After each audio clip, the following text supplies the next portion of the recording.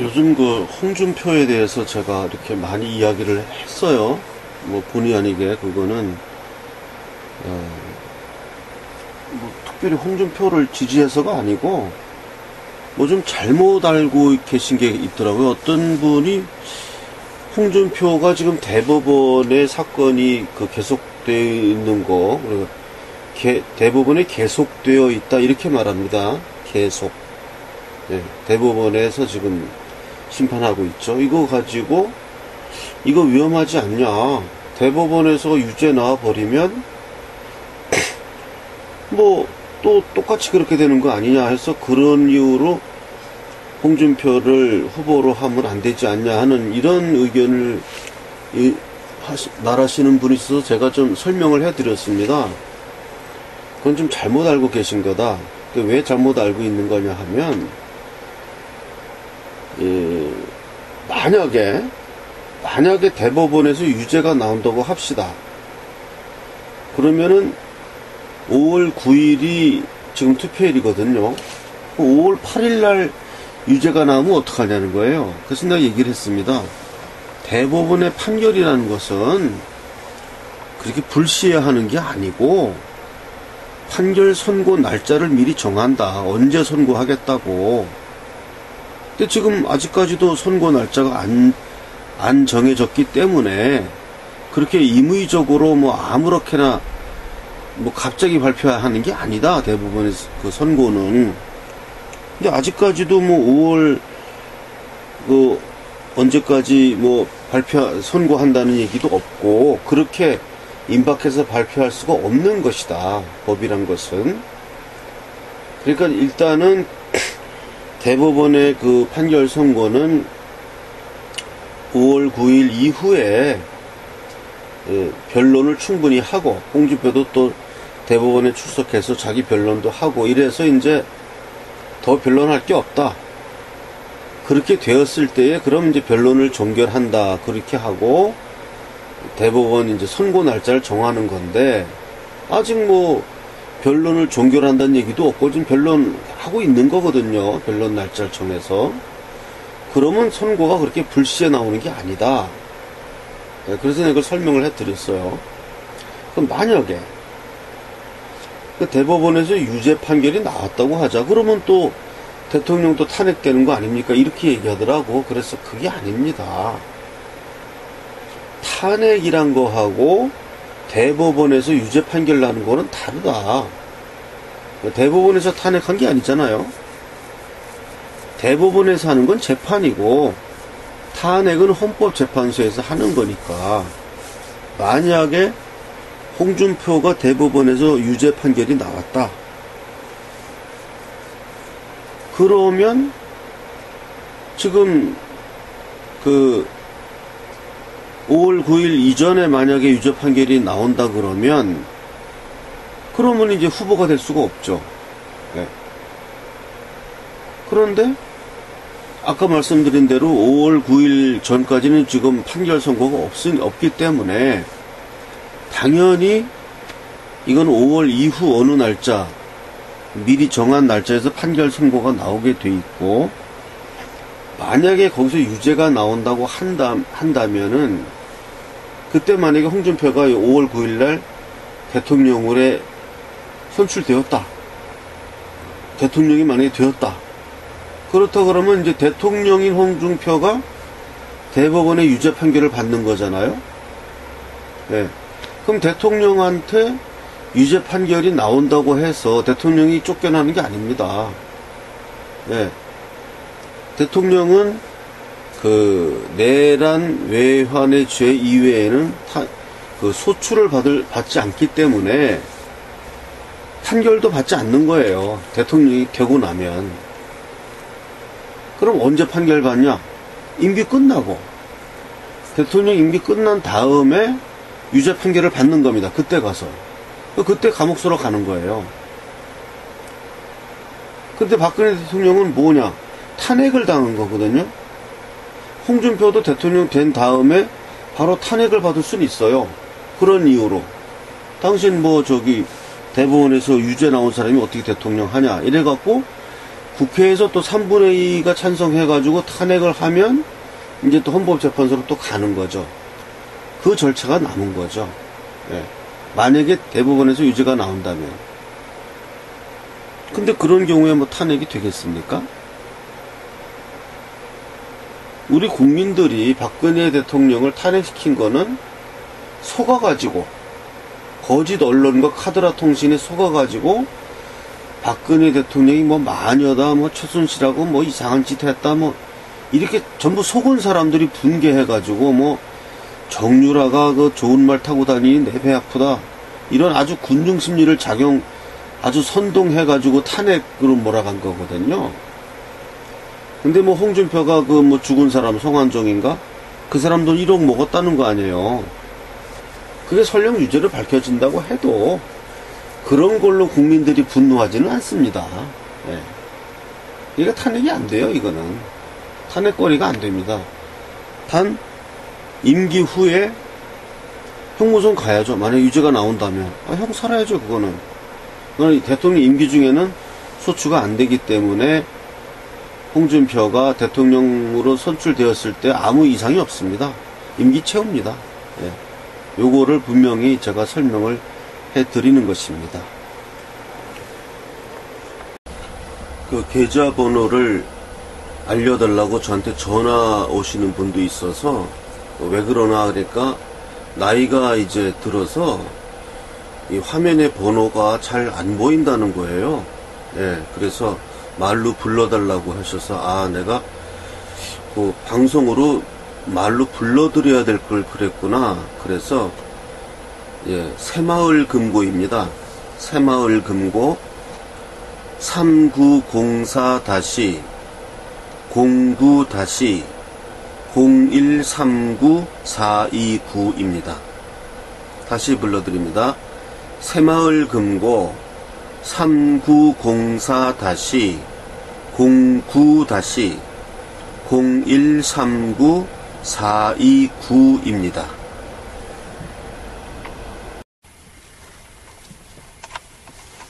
우리가 이번 그 탄핵 사태에서 패배하게 된 가장 큰 이유는 우리에게 언론이 없었다는 겁니다. 좌파 언론에 의해 가지고 조중동포, 거기다가 종편, 공중파 방송 모두 좌파가 장악해서 변변한 언론 하나 없이 우리는 속수무책으로 당했고, 그 결과 지금 박근혜 대통령이 구치소에서 지금 몸이 아파서 지금 미국에서 지금 인권보호 차원에서 지금 재수하겠다는 거 아닙니까? 이 지경까지 왔는데도 우리나라 언론에서는 그 보도조차 안 하고 있어요.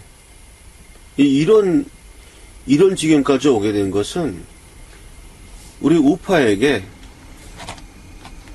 우파를 대변하는 그런 신문 하나 없었다는 겁니다.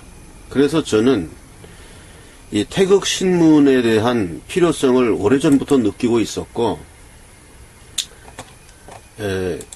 우리가 우파를 대변하는 큰 신문 아니더라도 우리가 뭐 조선일보 지금 절독운동 하지 않습니까? 거기에 대한 대안으로 태극신문을 만들려고 합니다. 예, 그래서 이 태극신문이라는 형태는 우리가 지금 자본력이 부족하니까 처음 시작은 이 벼룩신문 형태로 시작하려고 합니다. 태극 벼룩신문 형태로. 그래서 지역사회 단위로 해서 조그만 형태로 생활정보지 식으로 하면서 주간 형태로 발간을 하고, 다만 그 이제 경제신문지니까 뭐 전세방, 뭐 월세방, 뭐 자동차 중고 판매 이런 거 똑같습니다. 그렇게 하고 맨 끝에나 중간중간에 우리가 그 이념적인 우파의 이념을 대변하는 뭐 유명한 분들, 뭐 정규재라든지 윤창중이라든지 또는 이화영 목사님이라든지 그런 분에게는 또 신앙 칼럼도 부탁하고 해서 우리가 그 한 80, 90%는 생활정보지이면서 10%에서 20% 정도는 우리 우파에 할 이야기를 하는, 그리고 진실한 보도를 하는, 말하자면 지금 구치소에서 박근혜 대통령 근황 같은 거 이거 제대로 보도하는 그러한 신문을 우리가 있어야 되겠습니다. 그래서 이것을 처음에는 태극 벼룩 신문의 형태로 시작하고자 합니다. 자그맣게.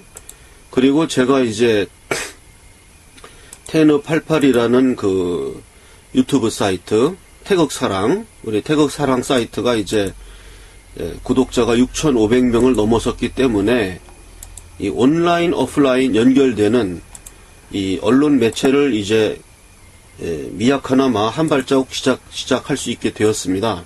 그래서 그리고 이 태극 벼룩 신문은 그 자체로도 이렇게 스폰서를 받고 광고를 내서 또 광고비를 받고 하는 식으로 해서 이렇게 뭐 후원금에 의지해서 뭐 호외식으로 탄기국에서 발행하는 이런 뭐 신문이라든지 이런 식의 신문 형태는 지향하려고 합니다. 그거는 오래 가지 못하고 또 볼 게 없어요. 맨 뭐 탄핵 무효 이런 것만 계속 써 있으면 그 신문의 역할은 못 합니다. 그래서 우리 태국 벼룩 신문, 또 앞으로 태국 벼룩 신문이 발전하면 태국 신문으로 될 것인데, 이거는 동일하게 조선일보나 동아일보가 동일한 그런 똑같은 형태의, 그렇지만은 우리가 제대로 보도하는 그러한 언론의 하나로 태국 신문도 우리가 가지려 하고, 하나 더, 이것이 이제 신문을 가진 후에 하나 더 나가서 우리가 유선 방송이라도 우리 태국 채널을 가지고자 합니다. 그거는 이제 규모가 좀 더 큰 거기 때문에 먼저 이 태극 신문, 더 작게는 태극 벼룩 신문부터 시작하려고 합니다. 그래서 우리 이 언론사 이것은 이제 주식회사로 만들고 주식회사 태극 신문 이렇게 해서 주식을 발행하고 각자 국민주 형태로 뭐 각자 5만 원이든 10만 원이든 한 주당 5천 원이면 10주면 5만 원, 20주면 10만 원 이렇게 소액 주주로 모아서 그 자금을 가지고 조그맣게 시작을 하고 저는 아마 이게 영리도 상당히 될 거라고 저는 예상합니다. 또 제가 성악가이면서 제가 성악가로 생계를 이어간 사람이 아니고 이런 경제활동을 나름대로 회사의 대표이사도 경험이 다 있고 이런 사람이기 때문에 이것을 경영할 수 있습니다. 그래서 이것 자체가 영리가 되는 그러한 언론사, 잡지사, 신문사로서 키워 나가려고 합니다. 그래서 이에 대한 주식 인환증을 발급하고 그 자금을 모아서 주식회사를 설립하고 거기에 대한 주주로 한 사람씩 다 등재해서 그 주주 명부가 우리 태극사랑운동의 조직 활동으로 하고자 합니다. 그래서 이에 대해서 동감하고 동참하고자 하는 분은 제가 오후 4시부터 9시까지는 그 대한문역 KFC에 제가 매일 출근하고 있으니까 월요일부터 금요일까지 언제든지 오셔서 여기에 대해서 동참해 주실 것을 광고합니다. 많은 참여 부탁하고 다시는 우리가 정권을 유지하든 빼앗기든 정권을 유지한다면은 우리 우파의 입장을 대변하는 신문으로서 정권을 빼앗긴다면 우리가 차기 정권을 찾아오는데 우리가 하나의 교두보로서 올바른 소리를 하는 그러한 저항단체로서 조직적인 활동을 하고자 제가 이것을 제안합니다. 이것은 저는 탄핵 사태 처음부터 이 생각을 했는데 그 당시에는 제가 유튜브도 없었고 뭐 이렇게 힘이 없었습니다. 그래서 못했는데 이제 그나마 제 유튜브 태극사랑이 이제 작게나마 이제 한 6,500명 구독자를 돌파해서 좀 있으면 한 10,000명을 돌파한다고 봅니다. 그러면 그 정도의 온라인의 힘이면은 오프라인과 결부시켜서 처음에는 어떠한 이렇게 국민 주식 형태로 시작하지만 곧바로 요것이 이제 발간되면서 영업이 되고 해서 아마 또 재테크의 수단도 될 수 있는 그런 주식 회사의 형태로 되고, 조금 더 이제 뭐 더 커진다면 이제 그 코스닥에 상장해야 되겠죠. 기업을 오픈하고 그런 단계로 나가려고 하니까 단순한 애국 활동의 측면도 있겠으나 하나의 재테크의 측면에서도 비상장 주식을 매입하는 그러한 게 되겠습니다. 그리고 제가 경영권 방어를 위한 이런 모든 방책을 또 세워 놓겠습니다. 이게 아무래도 공격을 받을 위험이 있으니까 제가 경영권 방어를 위해서 노력을 많이 하겠습니다. 거기에 대한 세부적인 사항을 대한문역 KFC 월요일에서 4시부터 9시까지 오시면 상세한 설명을 드리고 접수를 받도록 하겠습니다. 이상입니다. 제가 뭐 하는 사람인지 또 궁금해하시는 분들도 있고 그래서 제가 성악가예요. 테너입니다. 그래서 제가 그 연주했던 동영상 하나를 같이 편집해서 올립니다. 제가 어떤 사람인지 궁금하신 분들은 제 아이덴티티를 밝힙니다.